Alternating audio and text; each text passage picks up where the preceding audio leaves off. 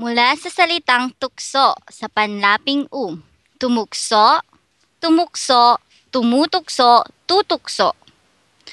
Tumukso ka sa kanya. Tumukso ang mabangong luto sa akin. Tumutukso ang amoy ng pagkain sa aso. Tutukso ang pagkaganda niya sa iyo. Sa panlaping tuksuhin, tinukso, tinutukso, tutuksuhin. Huwag mo akong tuksuhin. Tinukso ako ng mabangong pagkain. Tinutukso niya ang aso sa pagkain. Tutuksuin mo ba ang kaibigan mo? Mula sa panlaping.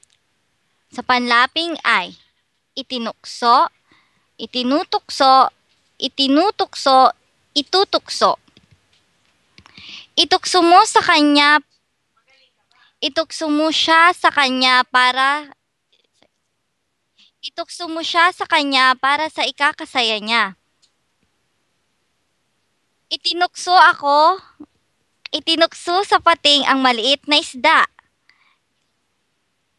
Tinutukso niya ang magandang babae, ang kapatid niyang binata pa. Itutukso namin sa mga daga ang tira-tirang pagkain para mahuli namin ito.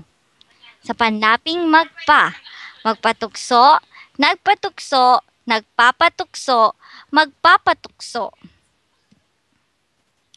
Magpatukso kayo sa sarap ng pagkain dito sa Pinas. Nagpatukso siya ng pera kaya napabayaan niya ang pamilya. Nagpapatukso sila sa kagandahan ng bansa. Magpapatukso ka ba sa kaseksihan niya? Wakarimashita ka? Wakaranay?